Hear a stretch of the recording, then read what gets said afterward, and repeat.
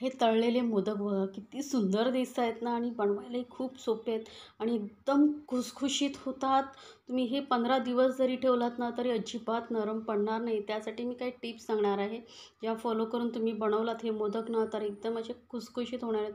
बघू शकता खूप खुसखुशीत होतात आणि चवीला तर एकदम भारी लागतात. तर एकदा नक्की बनवून पहा. तर त्यासाठी इथे आपण काय करणार आहोत, रवा घेणार आहोत. तर 1 कप बारीक रवा घ्यायचा आहे.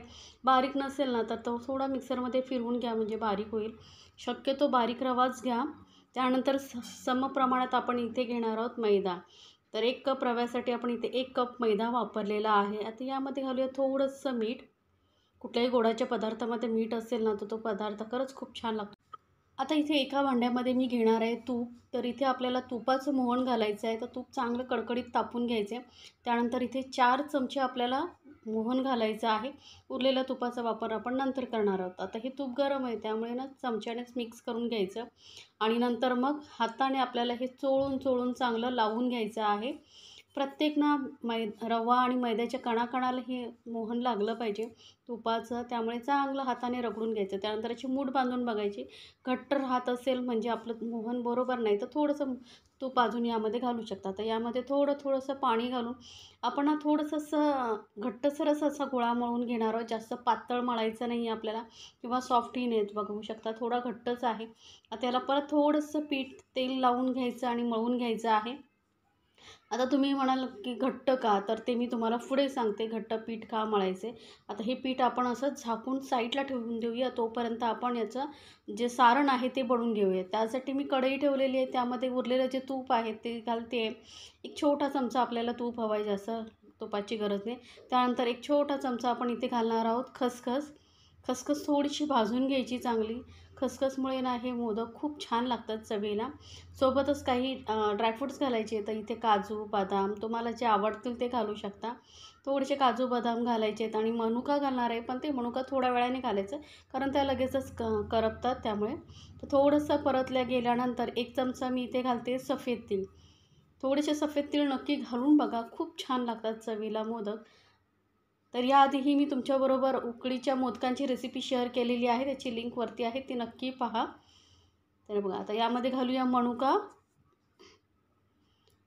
मनुका घातल्यानंतर आपण हे व्यवस्थित जास्त वेळ मिक्स करत राहायचं नाही. थोडंसं हलकंसं परतून घ्यायचं आहे.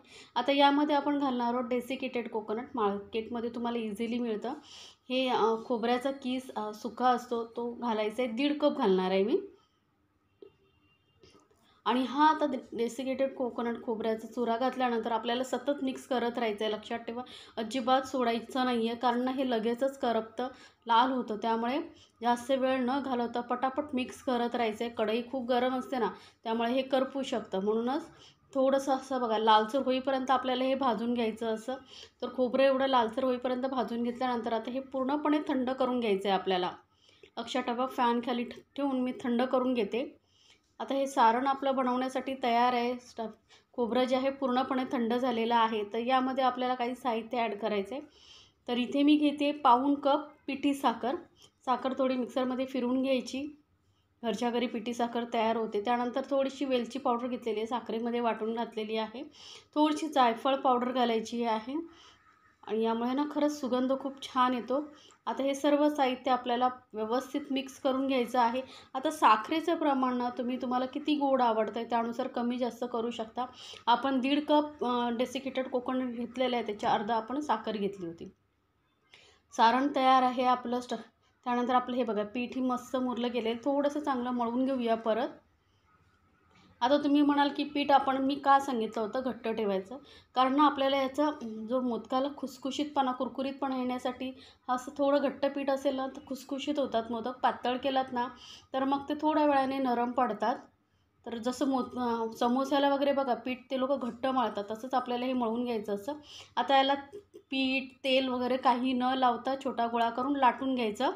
तर शक्यतो एकदम पातळ लाटण्याचा प्रयत्न करा. इझिली लाटलं जातं, जास्त वेळ लागत नाही. बघू शकता किती पातळ अशी पोळी लाटून घेतलेली आहे.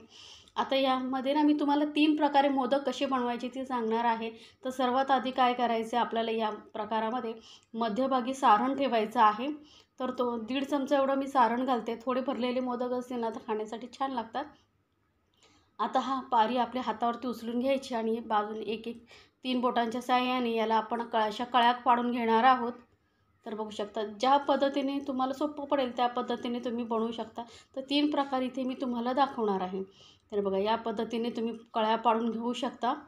जसं आपण उकडीच्या मोदकांना कळ्या पाडतो तशा पाडत जायच्या आहेत. हे थोडंसं रवा आहे ना, त्यामुळे पटकन चिटकत नाही. ते हाताने थोडंसं प्रेस करायचं म्हणजे चिकटल्या जातात कळ्या. आणि गोल गोल फिरून बघा हा असा आपला मोदक तयार होतो. आता दुसरी पद्धत दाखवते मी तुम्हाला. परत सारण ठेवायचं मध्यभागी. सारण तुम्हाला आवडतं तेवढ्या प्रमाणात तुम्ही घेऊ शकता. आता इथे काय करायचं, गोल साईडने आपल्याला पाणी लावून घ्यायचं आहे. व्यवस्थित सर्व बाजूने पाणी लावून घ्यायचं. त्यानंतर बघा ही एक पद्धत, जसं आपण मोमोजला प्लेट काढत जातो ना तसं प्लेट काढत जायची. एका हाताने त्या प्लेटवर पकडून ठेवायच्या, दुसऱ्या बोटाने याला हाताने प्लेट्स काढत जायच्या, एकावर एक असं ठेवत जायचं आणि अलगद हाताने गोल फिरवायचं, कारण पाणी लावलेलं नाही त्यामुळे व्यवस्थित चिकटतात. तर या पद्धतीनेही तुम्ही झटपट मोदक बनवू शकता. आता तिसरी पद्धत म्हणजे परत याला गोल असं आपण पाणी लावून घ्यायचं आहे.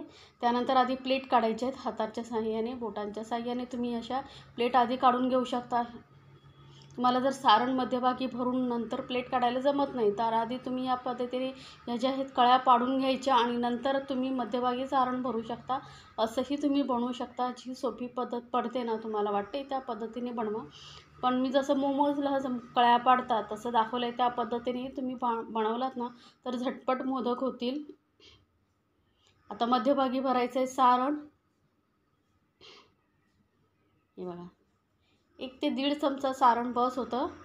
तर सारण व्यवस्थित भरून घेतलं. हाताने हलकंसं दाबून घ्यायचं आहे, म्हणजे काय आपण जेव्हा याला वरून रोल घट्ट असं फोल्ड करू तेव्हा ते सारण लागलं नाही पाहिजे वरच्या साईडला, नाहीतर काय होतं तळताना फुटू शकतात. दुसरं काही नाही. त्यामुळे ही काळजी घेणं गरजेचं आहे. हाताने गोल गोल फिरवत यायचं आणि वरचा भाग असा आपल्याला पूर्ण व्यवस्थित पॅक करायचं. लक्षात ठेवा, नाहीतर तळताना मोदक जो आहे फुटू शकतो. आणि हे मोदक ना तुम्ही एकसाथ जास्त प्रमाणात बनवून महिनाभरही स्टोअर करून ठेवू शकता. असे हे मोदक मी बनवून घेते आणि मोदक बनवून झाले ना की तुम्ही लगेच याला ओल्या कापडाने झाकून ठेवा, म्हणजे काय होईल मोदक फुटणार नाहीत, कारण रवा वापरलेला आहे ना. आता इथे बघा या पद्धतीने मी हे मोदक बनवून घेतलेले आहेत. किती सुंदर दिसत आहेत बघा. मी 3 प्रकार तुम्हाला दाखवलेले आहेत. त्या ज्या पद्धतीने तुम्हाला जमेल त्या पद्धतीने तुम्ही बनवू शकता. आता कढईमध्ये मी तेल तापत ठेवलेलं आहे. तेल चांगलं तापलं की यामध्ये हे मोदक घालून चांगले आपण तळून घेणार आहोत. तर जोपर्यंत एक साईडने व्यवस्थित तळले जात नाही ना तोपर्यंत त्याला व्यवस्थित तळू द्या. नंतर पलटून त्याला सर्व बाजूने असं तळून घ्या. मस्त कुरकुरीत होईपर्यंत मीडियम गॅसवरती तळायचं, म्हणजे काय होईल चांगले आतपर्यंत व्यवस्थित तळले जातील आणि हे मोदक जास्त दिवस टिकतील, अजिबात खराब होणार नाही, खवट लागणार नाही. त्यासाठी काय करायचं आहे तुम्हाला लक्षात ठेवा. एकतर पीठ घट्ट मळायचं आहे आणि दुसरं म्हणजे जे आपण सारण बनवलं आहे ना तो खोबरं व्यवस्थित भाजलं गेलं पाहिजे. खोबरं जर व्यवस्थित भाजलं गेलं नाही ना तर मोदक खवट होतात थोड्या दिवसाने. म्हणून ही काळजी घेणं ही खूप गरजेचं आहे. तर जसं मी तुम्हाला सांगते तसे मोदक हे नक्की बनवून बघा. तर मोदक बघा मस्त सर्व बाजूने किती छान असा कलर आलेला आहे एकसारखा आणि मस्त खुसखुशीत असे आपले मोदक तयार होतात. तरी नक्की बनवून पहा आणि मला कमेंट्समध्ये जरूर सांगा तुम्हाला ही मोदकाची रेसिपी कशी वाटली. अजिबात तेलामध्ये वगैरे फुटत नाहीत, काही नाही, मस्त मोदक तयार होतात. तर गरमागरम कुरकुरीत खुसखुशीत असे आपले मोदक बनवून तयार झाले आहेत. बघू शकता किती छान दिसत आहेत.